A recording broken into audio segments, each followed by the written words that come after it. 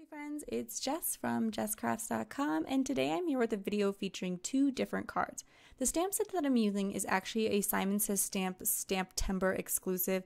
I recorded this video quite a long time ago, a couple months ago when it came out, but didn't get a chance to share. I did want to share, however, because I've gotten the question of because I share on Instagram pictures of just coloring a whole set or coloring a whole bunch of images. Like, what do you do with all those images that you have? I mean, obviously I make cards with them, but why do it that way? And so I wanted to kind of share my thoughts and my process. So I'm just going to make two cards. It's not going to use every single image, but this is kind of what I tend to do. I don't worry about using every single one every time, and I know that I'll use the other ones in the future. So to get started, I saw the little mouse, and he looks like he's kind of ready to jump into that pile of leaves, or like he's offering something. So I thought I'd use both of those ideas because there are two mice facing each other, so they're facing opposite directions, and I'll use one for handing something and one for jumping. And I did also want to mention that the Neat and Tangled Schoolhouse set contains some very similar images. So if you don't have this stamp set, but you like the general look of it, check out the Neat and Tangled Schoolhouse set. It has two mice that are facing each other. They just don't have the scarves on, and it has a bear with a backpack instead of the bear with the scarf. To get started, I have a piece of 110-pound Recollections cardstock, and I'm creating my own background with some Broken China Distress ink and Peeled Paint Distress Oxide ink. They're both Distress Oxide inks. And I'm using Distress Oxide inks over regular Distress just because I find them to blend a little bit more creamy. I just like the kind of overall look. I find them easier and faster to blend.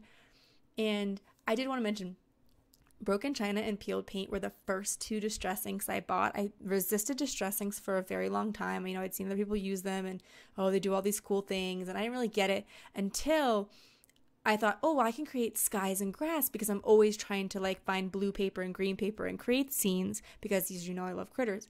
And so that's what convinced me to try distress inks, and then I had bought them all, as we tend to do. Kind of got this collector's thing.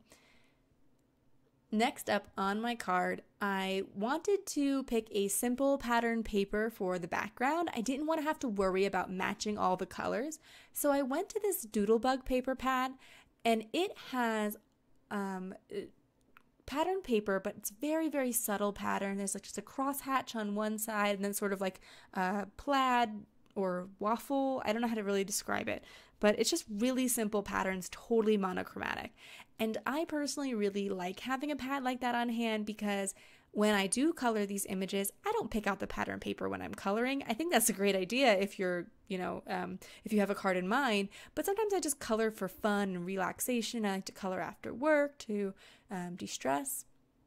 And so I don't always know what it's going to match, but if I have monochromatic pattern papers, I only have to match one thing I colored. So in this instance, I just match the brown leaves, and I don't have to find a pattern paper that has just the right shade of orange or just the right shade of green to go with what I colored. And I'm going to share another tip because I'm going to do the same thing on my second card. Then I am ready to assemble the slider. So I doubled up the foam tape so that it's too high, and I think that that's helpful for a slider. I just find that when I use a single layer of foam tape, it doesn't slide as well. It does make for a bulkier card, so you're going to need some extra postage, but I find that it's worth it. Everyone is so delighted when they get a slider card, so it's just fun. So, but put a second stamp on it, or an extra, you can buy those stamps that are worth a little bit more. I put the same double layer of foam tape on top of a penny, and then put my little mouse image on top of the penny, on top of the foam tape that's on the penny.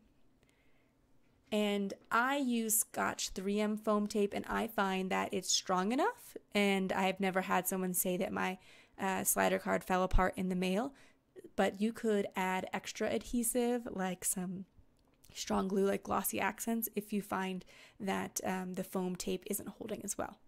I also wanted to add that blue piece, and as you might have noticed, I totally forgot about it and had to go back and do a little, fixing up to get that underneath the mouse. But that was just the piece that the slider die cut out. I snuck it under him. I also popped up the leaves. And that was because I wanted it to look like the mouse was going behind the leaves, because if he's jumping into the pile, then he'll be kind of disappearing into the pile. He shouldn't be in front of it. But that was just, a little touch there that I thought. But again, that thickens your card more because that's another layer of foam tape.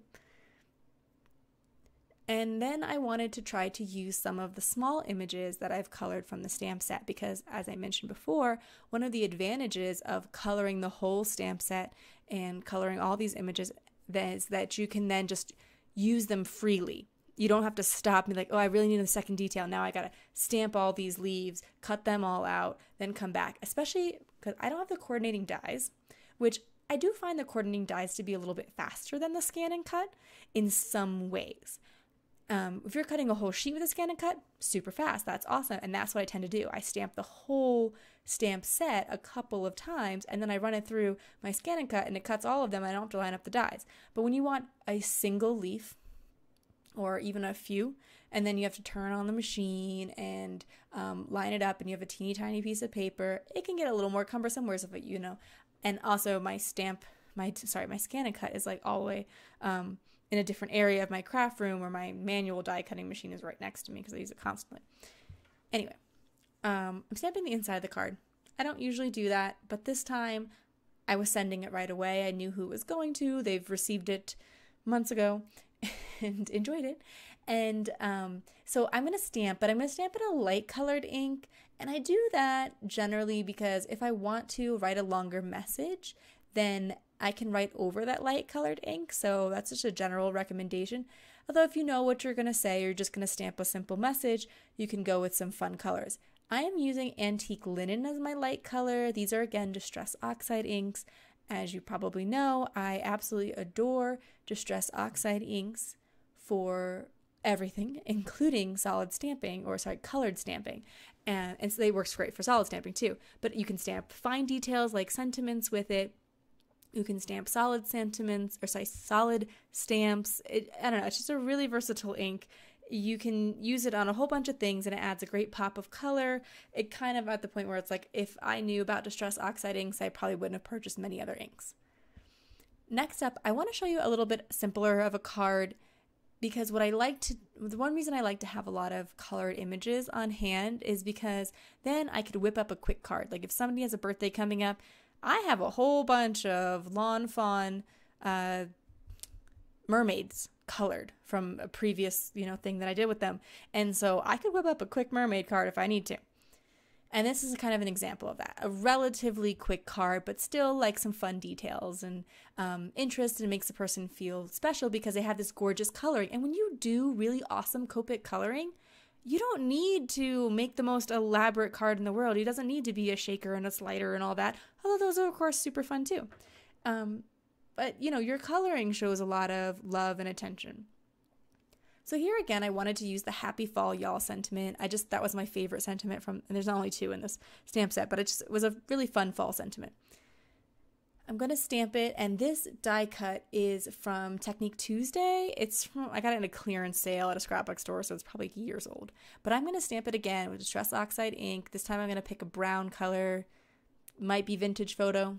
Doesn't really matter. Any brown color would do well. But like I said, this stamp set is no longer available, so if you were using the Schoolhouse set, I really love primary colors for those, and hopefully I've recorded a video with the Schoolhouse stamp set too, so maybe I'll share that one day. Sort of similar concept in some ways too as this one. I just made a whole bunch of cards with stamped images that I colored from it. I'm ready to arrange my little scene, and I thought I was going to keep it really clean and simple, but I felt like it needed a touch of pattern paper. And as I mentioned before, having like really simple, solid monochromatic pattern papers is awesome. But I also find wood grains kind of serve the same purpose. Wood grains have that sort of monochromatic match everything feel. They go well for so many holidays. I love them in the fall and winter, but I think they go great in the spring too. So I have a pad from My Mind's Eye that I will try to link in the video description, although again, it's a little bit older. And it just has just a whole bunch of wood grains in it. It's double-sided, which is also super nice. But if you can't find that or you don't have it, go through your pattern papers and see if you just actually have some wood grains. A lot of pattern paper packs happen to have 1 or 2 sheets of wood grain, and I've done this before too. I go through a bunch of pattern paper packs as I get them, and I just pull out the wood grains and put it to the side because I know that they create such a simple sort of neutral pattern paper look, and I can match them up to a lot of the images that I color. So I'm going to put some multimedia matte from Ranger around this delicate little frame piece of the die. I think a die with a frame would work well here. If you don't have a specific die with a frame, just cutting maybe 2 rectangle dies and coloring one of them with Copic markers or Distress Oxide inks or whatever inks you have, just putting a little bit of color on them with whatever markers too. That's the great thing, is like I'm using Copics and Distress Oxide inks, but most of this could be done with some other inks. And other markers. Obviously the Copic coloring is pretty different, but like going around and adding color to the edge of a frame, you can do that with anything. Crayolas will do the trick if you just need to add a tiny bit of color. So that's it for my 2 cards today. If you like this video, please give it a thumbs up. If you're interested in more crafting tutorials, be sure to subscribe to my channel. I'm going to leave you some links to the products that are available in the video description below and to that other neat and tangled stamp set that I mentioned. And I'll also leave you some links at the end to some other videos you can check out. And I hope to be back soon with some more information and stuff to share. Thank you so much for watching. I appreciate you all taking the time to hang out with me today and for leaving comments and likes on my videos. Have an awesome day. Bye.